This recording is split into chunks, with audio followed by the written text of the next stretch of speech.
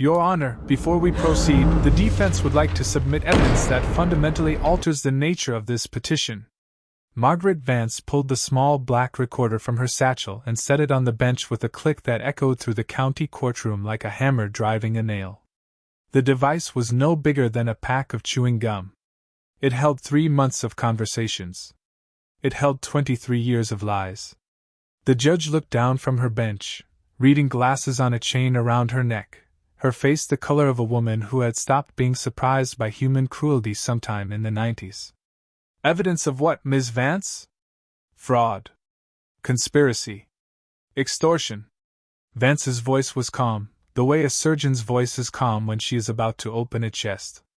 All committed by the petitioner, Linda Whitmore, and her associates, in a scheme to defraud the respondent of his marital assets through a manufactured wedding between Mr. Whitmore's son and the daughter of a local real estate developer. Linda Whitmore shot to her feet. Her gray suit, expensive and carefully chosen for this performance, suddenly looked like a costume that had been chosen for the wrong play. Your Honor, this is absurd.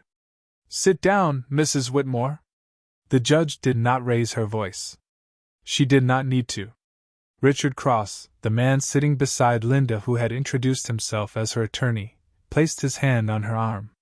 His fingers were long and pale and perfectly manicured, the fingers of a man who had never spent a day handling anything heavier than a briefcase. He stood up, smoothing his tie with a gesture that looked rehearsed. Your Honor, these recordings are inadmissible. They were obtained without consent and they violate. Mr. Cross. The judge removed her glasses and folded them on the bench. Are you or are you not licensed to practice law in the state of Oklahoma? The room went silent. Not the silence of people waiting for an answer. The silence of a room that has just watched the ground fall away. Cross's mouth opened. Closed. His face, already pale, turned the color of printer paper left too long in the sun. I asked you a question, Mr. Cross. Your Honor, because according to the records submitted by the defense this morning, your name does not appear in the Oklahoma State Bar Directory. Not under Richard Cross. Not under any variation. Your objection is overruled. Sit down. He sat. Hard. The folding chair creaked under his weight. Linda looked at him. Then at me. Then at the recorder on the bench, small and black and patient. Ms. Vance, the judge said. Play the recording. Vance pressed the button.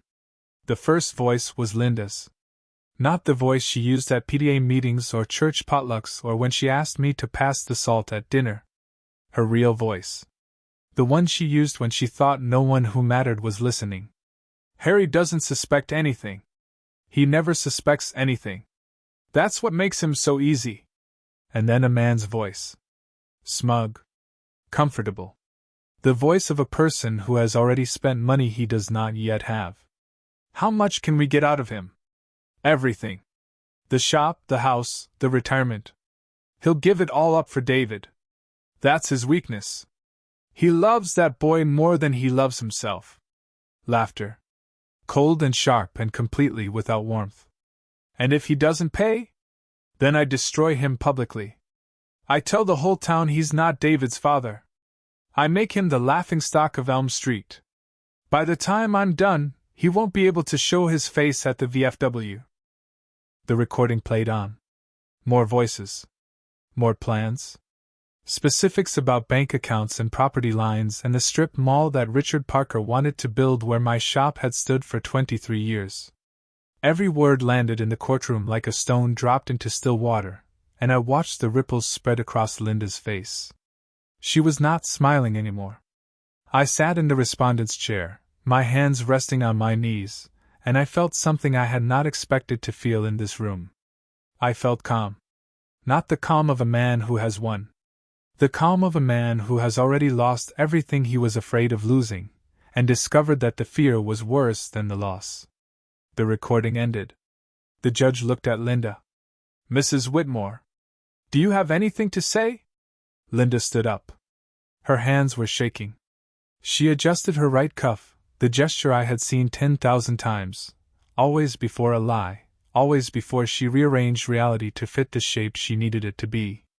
Your Honor, she said, and her voice was smaller than I had ever heard it. I was under a lot of stress. The wedding, the money, the pressure from Mr. Parker. I made mistakes. Mistakes. The judge repeated the word the way you repeat a foreign word you are trying to learn. Is that what fraud, conspiracy, and extortion are called now? Mrs. Whitmore, I am referring this matter to the District Attorney for Criminal Prosecution. Your petition for divorce is denied. Your claim to marital assets is denied. And I am issuing a temporary restraining order effective immediately. The gavel came down. Small and final. Linda sat down. Richard Cross put his hand on her arm, then removed it, as if touching her had suddenly become dangerous. I stood up. The judge looked at me. Mr. Whitmore? Your Honor, I said. I would like to withdraw my counterclaim. Vance turned to stare at me. Linda's head snapped up. The judge's eyebrows rose 1/4 inch. You want to withdraw your counterclaim? The judge asked. I don't want to destroy her, I said. I just want to be free. The judge studied me for a long moment. Then she nodded. The counterclaim is withdrawn. Mrs. Whitmore's petition is dismissed. This court is adjourned. I walked out of the courtroom into the Oklahoma sunlight. I walked down the courthouse steps and I thought, not about the woman I had left behind in that room, but about the woman I had left behind 23 years ago, the woman in the blue dress who had tried to warn me and had died before she could finish. And then I thought about how I had gotten here. Not to the courthouse steps. To the moment where a 53-year-old hardware store owner stood in the morning light and discovered that the worst thing that can happen to a man is not betrayal. The worst thing is never knowing he was strong enough to survive it. 23 years earlier, the third shelf of the paint section always creaked when you pulled the stepladder out. I heard that creak now in my memory, the way you hear a door you used to live behind, familiar and distant at the same time. I was 30 years old and opening Whitmore Hardware for the first time, a narrow storefront on Elm Street with a hand-painted sign that said "Open," in red letters that were slightly crooked because I had never been good at painting straight lines. The floor was scuffed linoleum. The shelves were pine boards I had nailed together myself. The cash register was used, purchased from a restaurant that had gone belly up 3 towns over. The bell above the door jangled at 10:15 in the morning, and Linda Carter walked in. She was 28, with dark hair pulled back in a clip and a smile that showed too many teeth, the kind of smile you give when you are trying to make a good impression on a man who owns a store.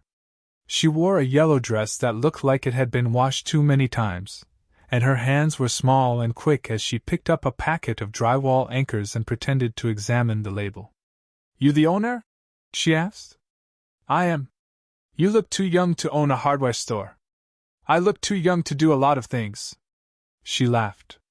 It was not a real laugh. It was a tool, deployed at the right moment to make me feel clever. I did not know that then.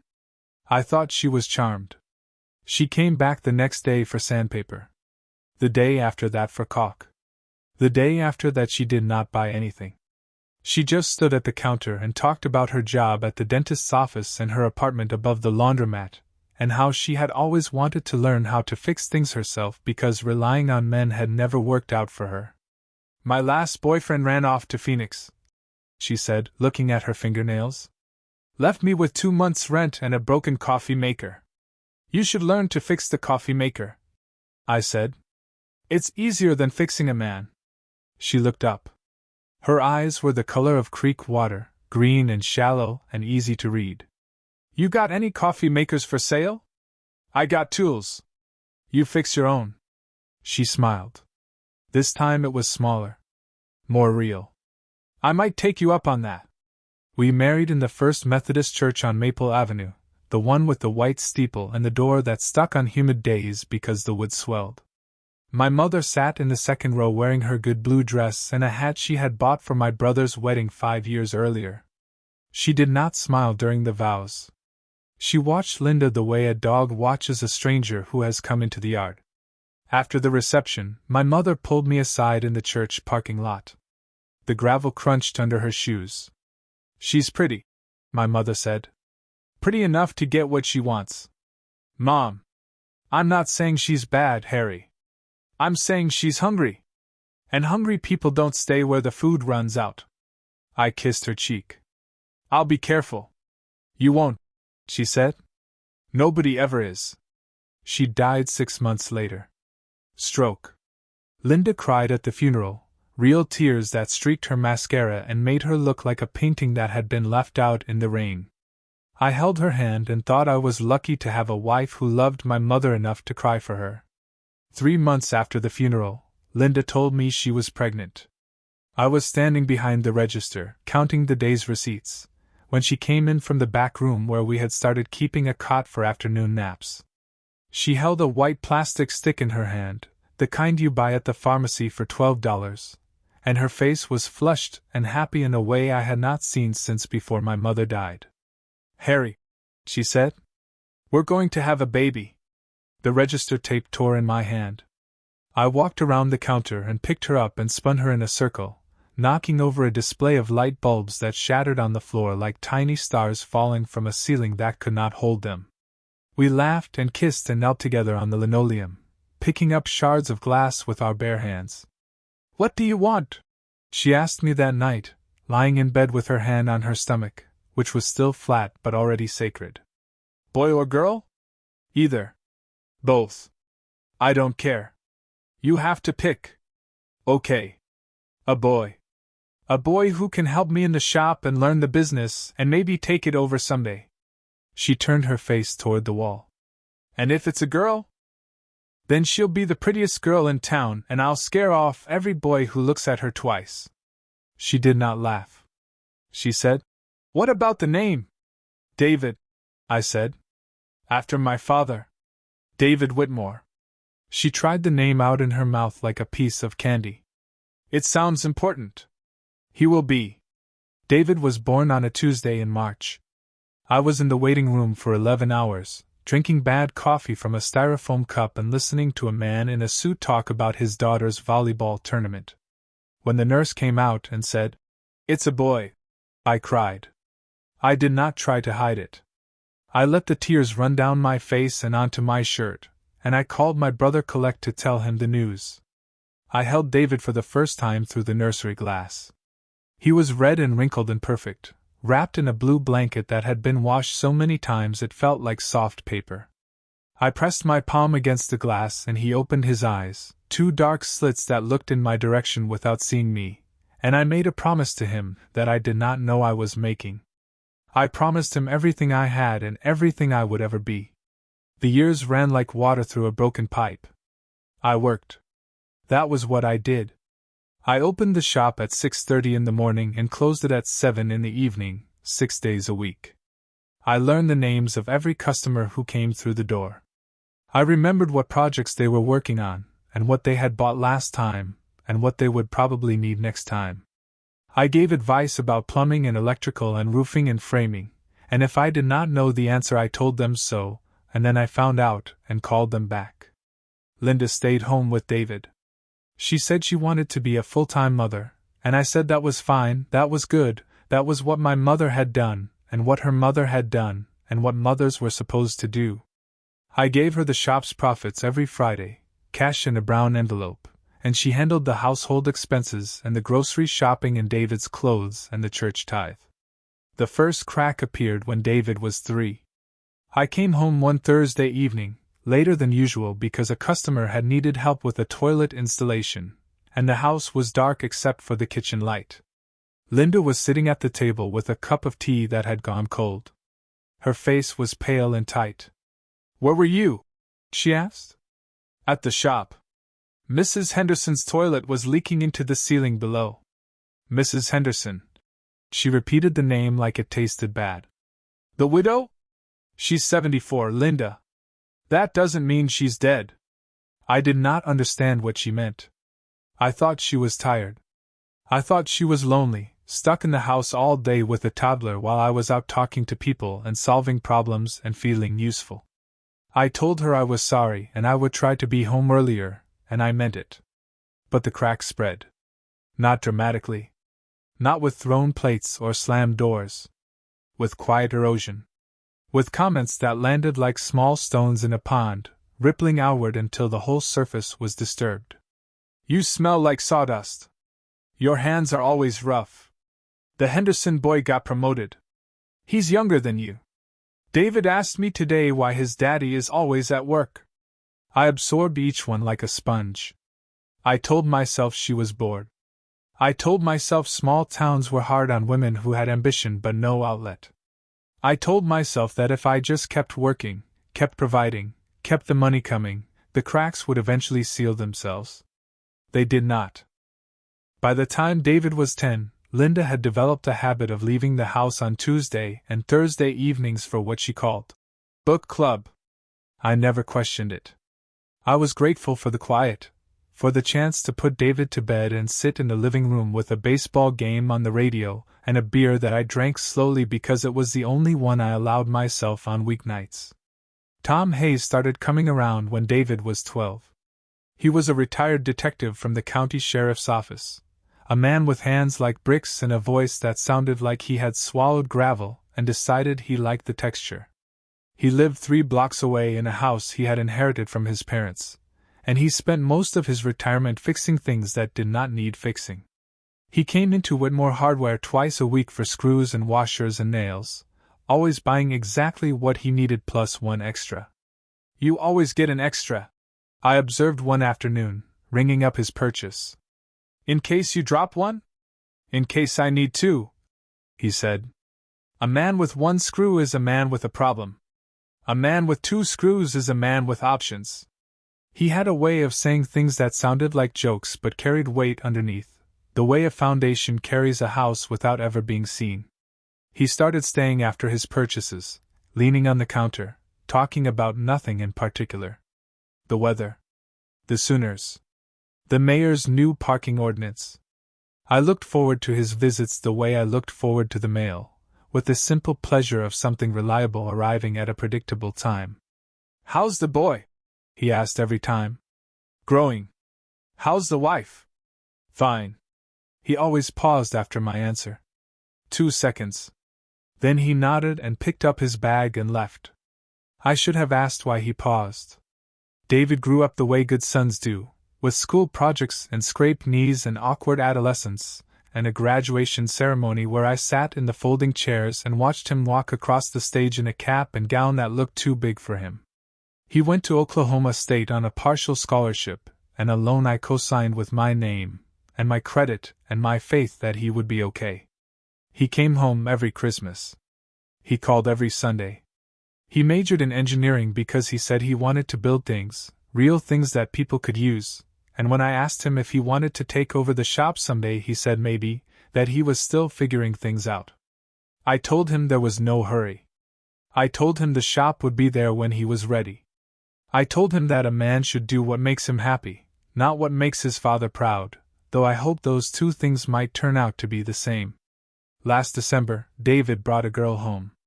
Sarah Parker was 22, the daughter of a real estate developer who had built half the subdivisions on the east side of town. She was tall and blonde and wore clothes that looked like they had been chosen by someone with taste and money, and when she smiled at me across the dinner table I saw my own reflection in her teeth, and I looked like a man who sold nails for a living. Her parents came the following weekend. Richard and Deborah Parker arrived in a black SUV that cost more than my shop was worth, and they sat in my living room on furniture that had been in my family for 3 generations, and they looked around with expressions that suggested they were taking inventory of everything that was wrong. Harry, Richard Parker said after Linda had served coffee in the cups that only came out for company. David tells us he's thinking about settling down. He is, I said. We're happy about it. Of course, of course. Richard smiled the way a politician smiles, with teeth and no eyes. Sarah is our only child, as you know. We've always wanted the best for her. Every parent does. Exactly. He leaned forward. Which is why we need to discuss the practical arrangements. The wedding. The house. The future. I felt Linda tense beside me. I did not look at her. We don't need anything fancy, I said. A church ceremony, a reception at the community center. David and Sarah can live in the apartment above the shop until they save enough for a house. Richard laughed. It was a short sound, more bark than humor. Harry, come on. Sarah is used to a certain standard of living. An apartment above a hardware store? It's a nice apartment, I said. 2 bedrooms. New carpet. I'm sure it is. Deborah Parker spoke for the first time, her voice smooth and cold as marble. But Sarah's wedding is going to be the event of the season. The venue alone is $30,000. The dress, the flowers, the photographer, the caterer.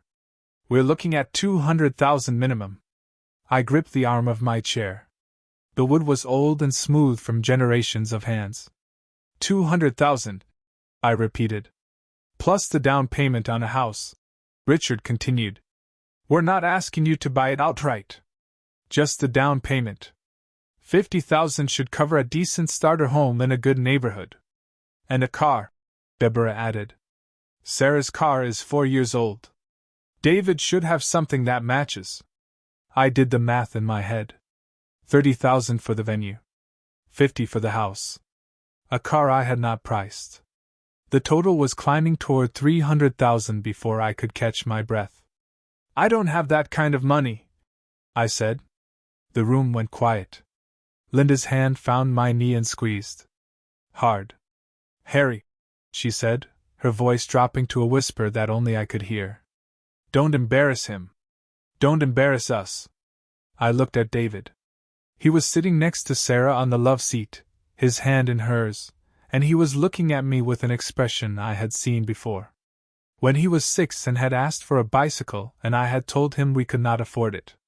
When he was 14 and wanted to go to summer camp and I had said the shop needed me. When he was 18 and had asked if I was proud of him, and I had said yes, but I had not said it loud enough. Give me a week, I said to Richard Parker. I'll see what I can do. He smiled. That's all we ask? That night, after the Parkers had driven away in their black SUV and David had gone to Sarah's apartment, and the house was quiet, Linda sat on the edge of the bed while I changed into my worn flannel pajamas. You humiliated me, she said. I told the truth. I don't have $300,000. You have the shop. The house. Assets. Assets? I turned to look at her. Linda, I've been running that shop for 23 years and I have $43,000 in savings. That's it. The rest is inventory and fixtures and goodwill. Your father left you money. My father left me his watch, and his tools and his debts. He had a trust fund. I stared at her. How do you know about that? She looked away. I saw the papers. In the attic. The year after we got married. It was empty, I said. My mother used it to pay off his medical bills. There was nothing left. Nothing? Nothing. She stood up and walked to the window. Her back was to me, her shoulders tight under her nightgown. You should have told me, she said. There was nothing to tell. A husband tells his wife everything. I told you everything that mattered. She turned around. Her face was in shadow, the streetlight through the window cutting her features into sharp pieces. Did you? She asked. I did not answer. I got into bed and turned off the lamp and listened to her breathing in the dark, slow and measured, the breathing of a person who was not sleeping. The next morning, I called my brother in Tulsa. He was 3 years older than me, a mechanic who had never married and never left Oklahoma, and he answered the phone with a cough that sounded like a diesel engine turning over. Harold. What's wrong? Nothing. Everything. David's getting married and they want $300,000 and I don't have it. Who's they? The girl's parents. And Linda. He was quiet for a moment. Harry, can I ask you something? What? Does David know about the trust? The trust is empty. I know. But does he know it exists? No. Why would he? Because, my brother said, his voice dropping to a register that made the phone vibrate in my hand. If he doesn't know it exists, then Linda doesn't know it's empty. She thinks there's money. That's why she's pushing you. She thinks you're holding out on her. I sat down on the kitchen chair. The vinyl seat was cracked in 3 places. But there's nothing there. She doesn't know that. And if she finds out, she's going to be very angry. Angry enough to what? My brother was quiet. Then he said, angry enough to do something you won't see coming. Be careful, Harry. That woman has been waiting 23 years for something. Make sure you know what it is before she takes it. I hung up and sat at the kitchen table for an hour, watching the light change through the window above the sink. The faucet dripped once. Twice. 3 times. I did not get up to fix it. That was 3 months ago.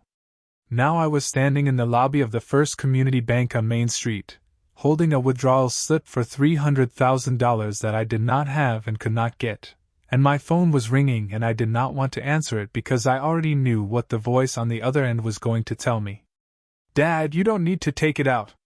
David's voice cracked like a floorboard in January, the kind of sound a house makes right before something important gives way. The fluorescent light above me buzzed its flat, indifferent song while my son told me a truth that rewrote the last 23 years of my life. She called me this morning, he said. Mom. She told me I'm not yours. The slip fell from my fingers. It landed on the linoleum floor and slid 3 inches toward the teller counter, carried by the air conditioning vent that blew cold across the room like a funeral home's final breath. What? She said she was pregnant when she married you. My real father ran out on her in Phoenix. She married you because you were safe and you had a business. David's voice got smaller, folding in on itself like a letter nobody wanted to read.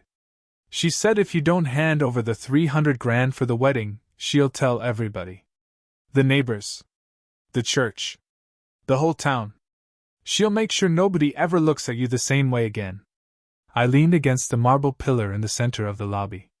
My left hand found the left breast pocket of my denim jacket, the one with the worn edges and the brass button that had been missing since 2019, and my fingers closed around the shape of my father's old pocket watch. It was not in the pocket. I had not carried it in 3 weeks. But my hand searched for it anyway, the way a tongue searches for a missing tooth. Dad?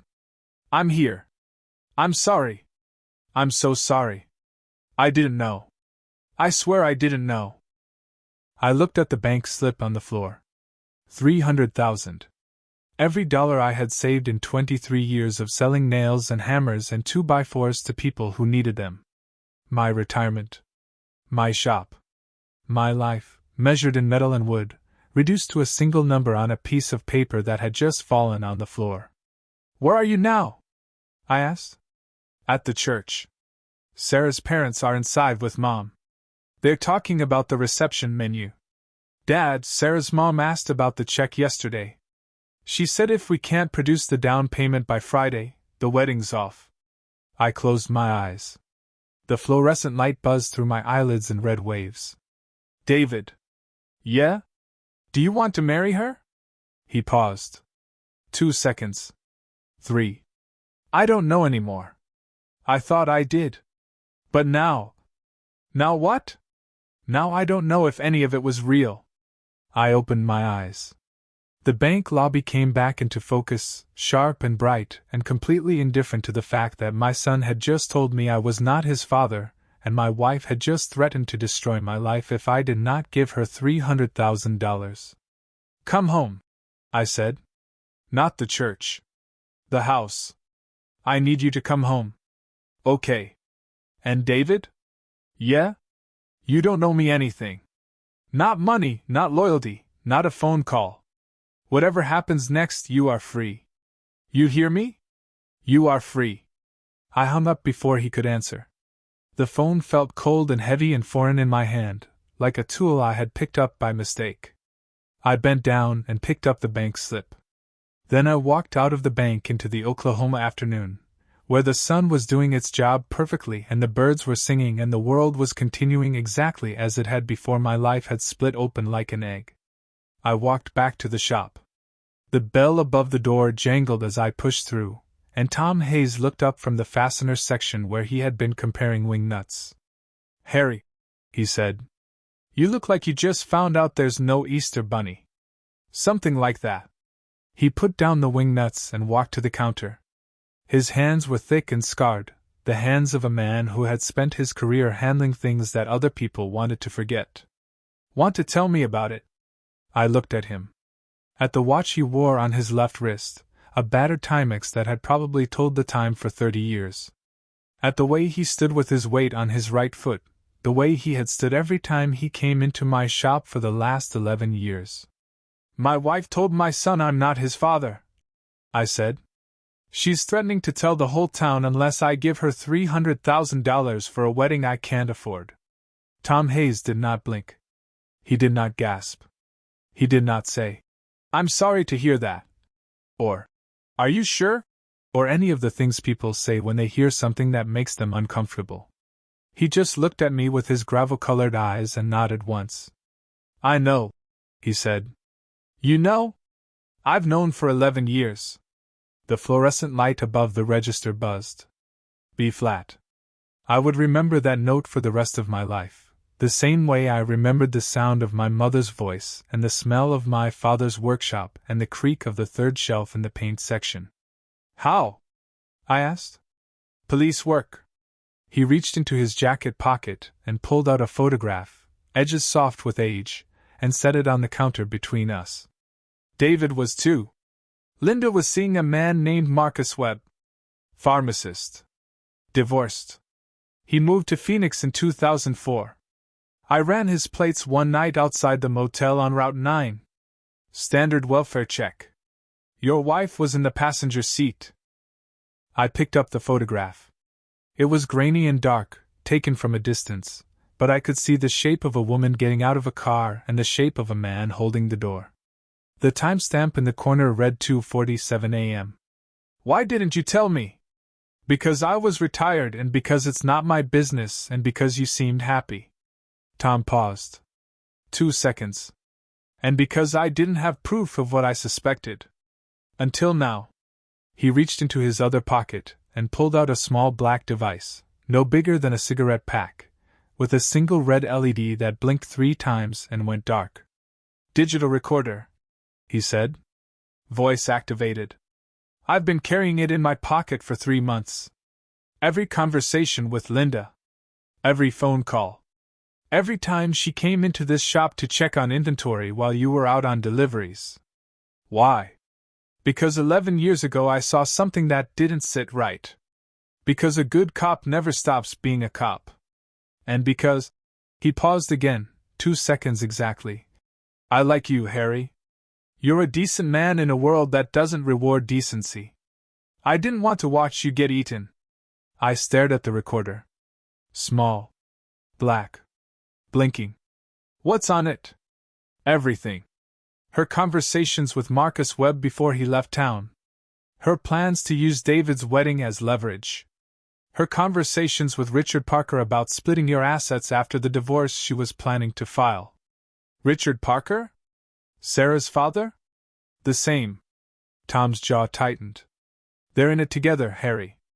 The wedding, the money, the whole thing. It's a setup. Linda gets the cash, Parker gets the shop location for his new development, and you get left with nothing. I pressed my fingers against the counter. The wood was smooth and familiar, and suddenly felt like the only solid thing in the world. What do I do? You fight, Tom said. Not with your fists. With what you have. He tapped the recorder. 3 months of evidence. Fraud. Conspiracy. Extortion. And one more thing. What? The trust fund. Tom's eyes held mine. It's not empty, Harry. What? Your father didn't spend it on medical bills. Your mother moved it. She put it in a separate account with a different bank, under a different name, the year before she died. She didn't want Linda to find it. She told me about it at your wedding. I could not breathe. The air in the shop had turned to something thick and heavy, like the moments before a tornado touches down. How much? 240,000. Plus interest. 23 years of compound interest. The numbers swam in front of my eyes. 240,000. Plus interest. Times 23 years.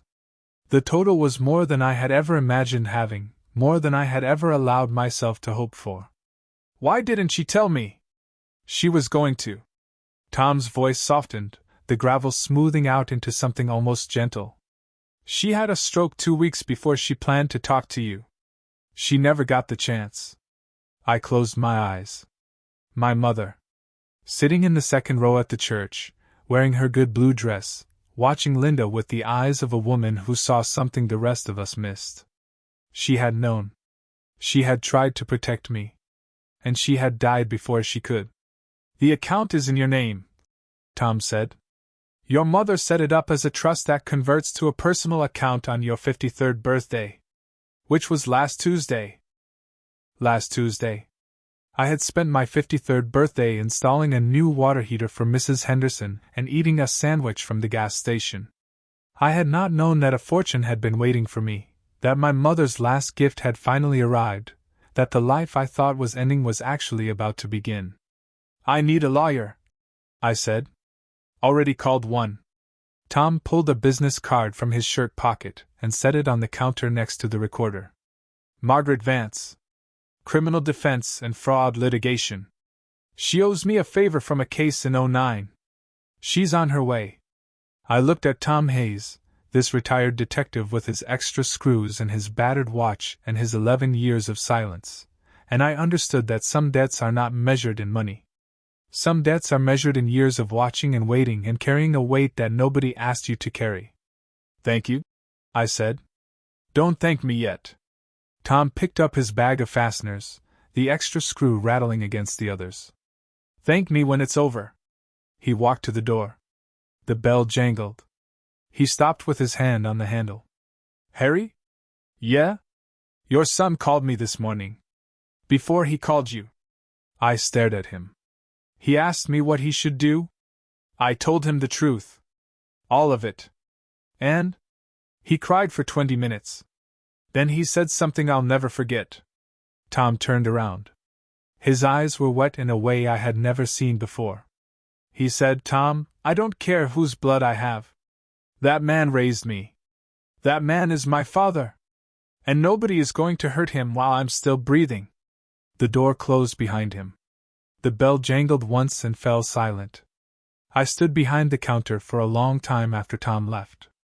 The recorder sat on the glass surface, black and patient, its red LED dark now but full of voices that had been speaking for 3 months in rooms I had never entered. I picked it up. I turned it over in my hands. It was lighter than I expected, barely heavier than a deck of cards, and yet it held the weight of my entire marriage. Every lie. Every Thursday evening. Every book club that had never existed. I pressed play. Linda's voice filled the empty shop, bouncing off the pine shelves and the steel bins and the hand-painted sign that said "Open," in red letters that were slightly crooked because I had never been good at painting straight lines. Harry doesn't suspect anything. He never suspects anything. That's what makes him so easy. And then a man's voice. Not Richard Parker. Someone else. Someone with a drawl that sounded like it had been bred in oil money and private schools. How much can we get out of him? Everything. The shop, the house, the retirement. He'll give it all up for David. That's his weakness. He loves that boy more than he loves himself. And if he doesn't? Then I destroy him publicly. I tell the whole town he's not David's father. I make him the laughingstock of Elm Street. By the time I'm done, he won't be able to show his face at the VFW. The recording continued. More details. More names. More specifics about bank accounts and property lines and the strip mall that Richard Parker wanted to build where my shop had stood for 23 years. I listened to all of it. Every word. I did not fast forward. I did not pause. I let each syllable land on me like rain on a tin roof, steady and relentless and impossible to ignore. When it was over, I sat the recorder on the counter and went to the back room. I opened the cabinet above the workbench, the one where I kept the records and the receipts and the warranty cards for equipment that had long since expired. Behind the files, pushed to the very back of the shelf, was a shoebox. My mother's shoebox. She had given it to me the Christmas before she died, wrapped in brown paper with a note that said, "Open when you need it most." I had not opened it. I had carried it from house to house, shelf to shelf, for 23 years, always finding a reason to wait. The time was never right. The need was never great enough. Now I opened it. Inside was a single sheet of paper.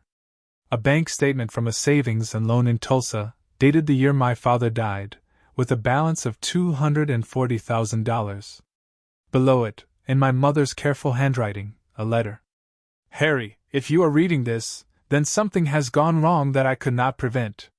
Your father worked hard for this money. He wanted you to have it when you needed it most. I have kept it safe from everyone, including the woman you married. I love you, son. I always have. I always will.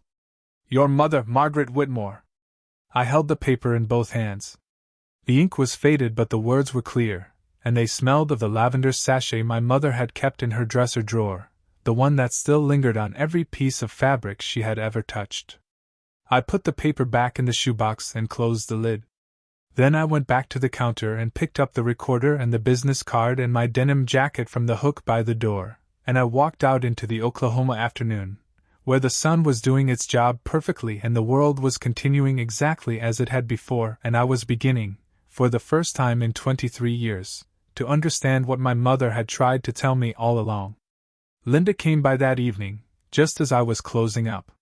She walked in without knocking, the way she always did, as if the shop were still partly hers by right of proximity. She wore a cream-colored blouse I did not recognize and earrings that caught the fluorescent light and threw it back in tiny sparks, and she carried herself with the looseness of a person who believes the game is already won. "Did you go to the bank today?" she asked. Not hello. Not how are you. Straight to the point, the way a surgeon goes straight to the incision. "I did. And? I'm arranging the loan. It'll take a few days." Her smile was small and satisfied, the smile of a cat that has cornered something small and slow. "Good. I knew you'd come around." "Linda." "Yes?" I looked at her. Really looked. Not at the surface, the careful makeup and the expensive earrings and the posture of a woman who had rehearsed this moment. At what was underneath. The tightness around her eyes that had nothing to do with age. The way her left hand kept moving to her right wrist, touching the skin there as if checking for a pulse she was not sure she still had. "Did you ever love me?" The question surprised her. I could see it in the way her smile flickered, a candle in a draught, and for a moment something genuine moved behind her eyes. Something tired. Something that might once have been lonely. "I loved what you gave me," she said. "Security. A home. A name for David." "That's not what I asked?" "No," she said. "It isn't." She adjusted her right cuff, the gesture I had seen 1,000 times, always before a lie, always before she rearranged reality to fit the shape she needed it to be. "But it's the only answer I have." She turned and walked out. The bell jangled. The evening light came through the window in long golden bars, and I watched her silhouette cross the parking lot toward the car that was not ours, and I thought about the woman in the yellow dress who had walked into my shop 23 years ago, and I thought about the girl she might have been before the world had taught her that love was a transaction and trust was a weakness. I did not hate her. I understood her. And understanding, I was learning, was its own kind of freedom. Harder than hate. More expensive than revenge. But lighter, in the long run, than carrying someone else's anger in a pocket that was already full of your own. Margaret Vance arrived at 2 o'clock. She was 56, tall and angular, with silver hair that fell to her shoulders in a blunt cut that looked like it had been made with a ruler. She wore a charcoal blazer over a black turtleneck, and carried a leather satchel that had been beaten into submission by decades of courtrooms.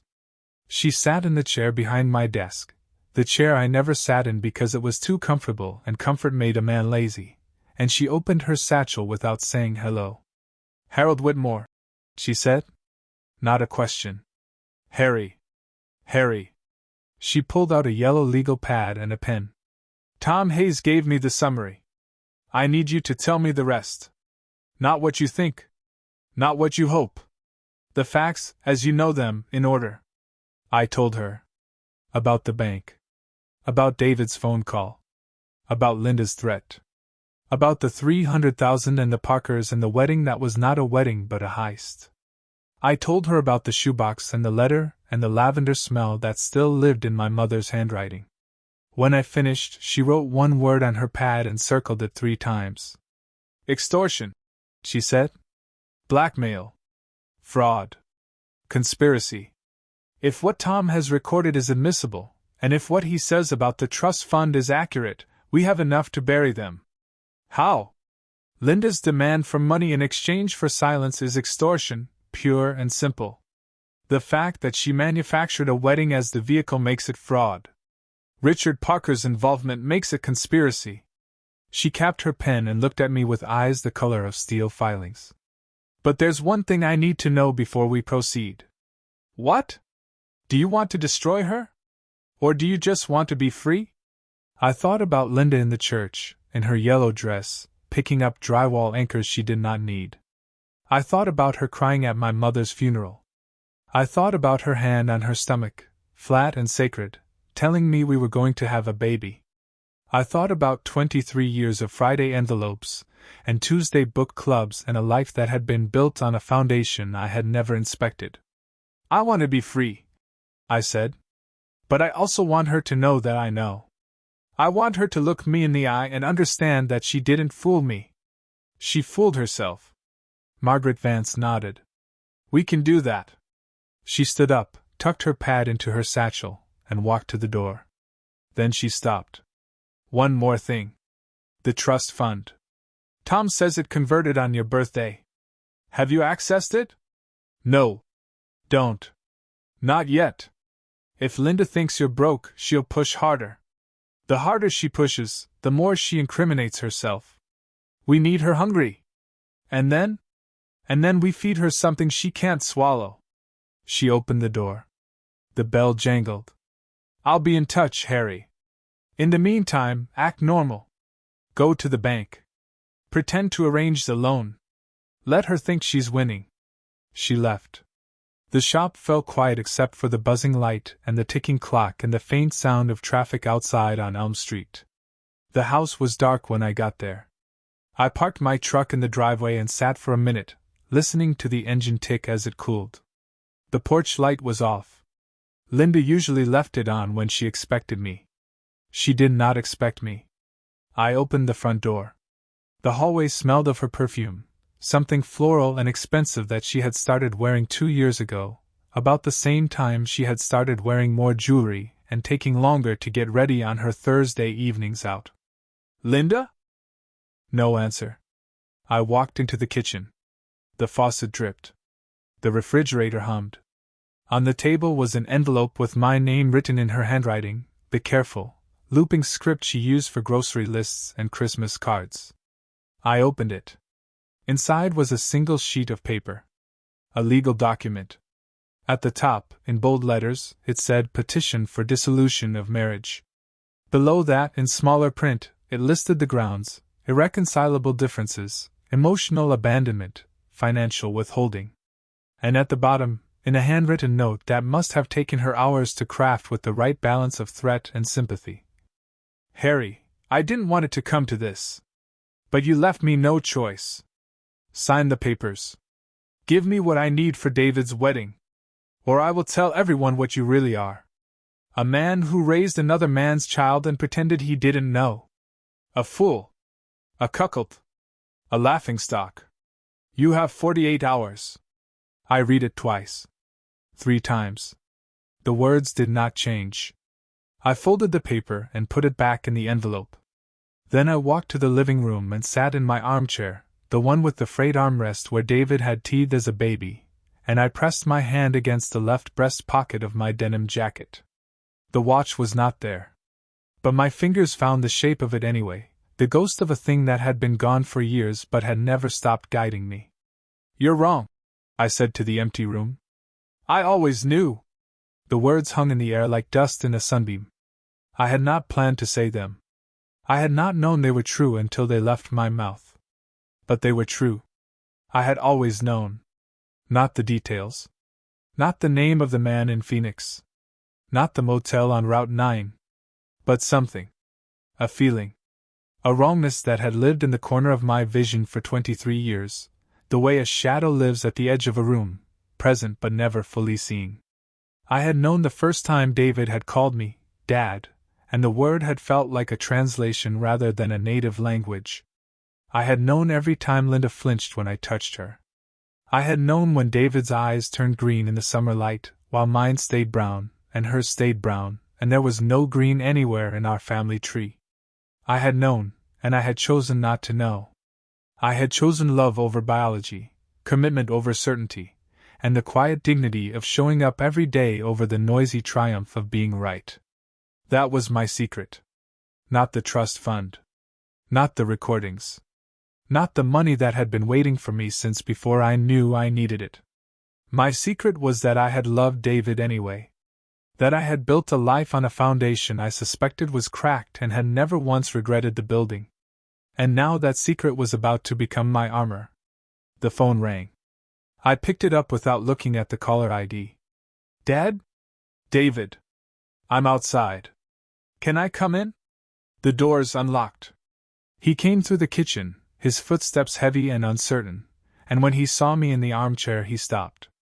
His face was red and swollen, the face of a boy who had been crying in his car before he worked up the courage to knock. I read the papers, he said. I know. She filed for divorce. I know. And she's saying terrible things about you. Online. On Facebook. She posted that you were abusive. That you withheld money. That you threatened her. I nodded. Let her. Dad! David's voice broke. How can you just sit there? How can you let her destroy you? Because, I said, and my voice was calm in a way that surprised even me. The people who matter know the truth. And the people who don't matter will believe what they want regardless of what I say. But, David. I stood up and walked to him. I put my hands on his shoulders, the way I had done when he was 12 and had struck out in the championship game, the way I had done when he was 16 and had failed his driver's test, the way I had done every time he had needed to be steadied by something that did not move. Listen to me. I am going to tell you something I have never told anyone. Not your mother. Not Tom. Not even myself, out loud, until tonight. He looked at me with eyes that were wet and waiting. I have known, since before you were born, that you were not my biological son. His face went white. Not the details. Not the man's name. But I knew. I saw it in your eyes the first time I held you. I saw it in the way your mother looked at you, the way she looked at me looking at you. I saw it in the small things. The color of your hair in the sun. The shape of your hands. The way you laughed at jokes I didn't understand. I took my hands from his shoulders and stepped back. My voice was steady but my hands were shaking, and I put them in my pockets so he would not see. And I made a choice. I chose to love you anyway. I chose to show up every day and be your father, not because biology demanded it, but because love demanded it. I chose to build a life with your mother, not because she deserved it, but because I had made a promise and my word means more to me than my pride. David was crying now, silently, tears running down his face without sound. So when your mother says I am a fool, she is right. I am a fool. But I am a fool who loved his son for 23 years without ever once asking for a receipt. And that is not something she can take away from me. Not with papers. Not with lawyers. Not with $300,000. I reached into my back pocket and pulled out the folded bank slip. I held it out to him. This is what she wants. This is what she thinks she is entitled to. I was going to give it to her today. I was going to empty my savings and my shop and my soul to buy her silence. David took the slip. He looked at the number. His hands shook. I'm not going to give it to her, I said. Not because I want to hurt her. Because I want to save you. Save me from what? From a wedding that is not a wedding. From a marriage that is being built on a foundation of lies and money and manipulation. From a life where your mother holds your happiness hostage and demands ransom every time you try to be free. I walked back to my armchair and sat down. The springs creaked. The fabric smelled of decades. David, I want you to do something for me. Anything. I want you to call Sarah. He blinked. What? Call her. Tell her you need to talk. Not about the wedding. Not about the money. About you. About what you want. About whether she is marrying you or marrying the story her parents have written for her. She won't understand. Then she is not the right person for you. And if she is the right person, she will understand more than you think. David looked at the bank slip in his hand. He looked at the divorce papers on the table. He looked at me, sitting in the chair that had held 3 generations of Whitmore men, and something settled in his face like a foundation finding bedrock. Okay, he said. Okay? Okay. He wiped his face with his sleeve, a gesture so familiar it made my chest ache. I'll call her. He turned to leave, then stopped.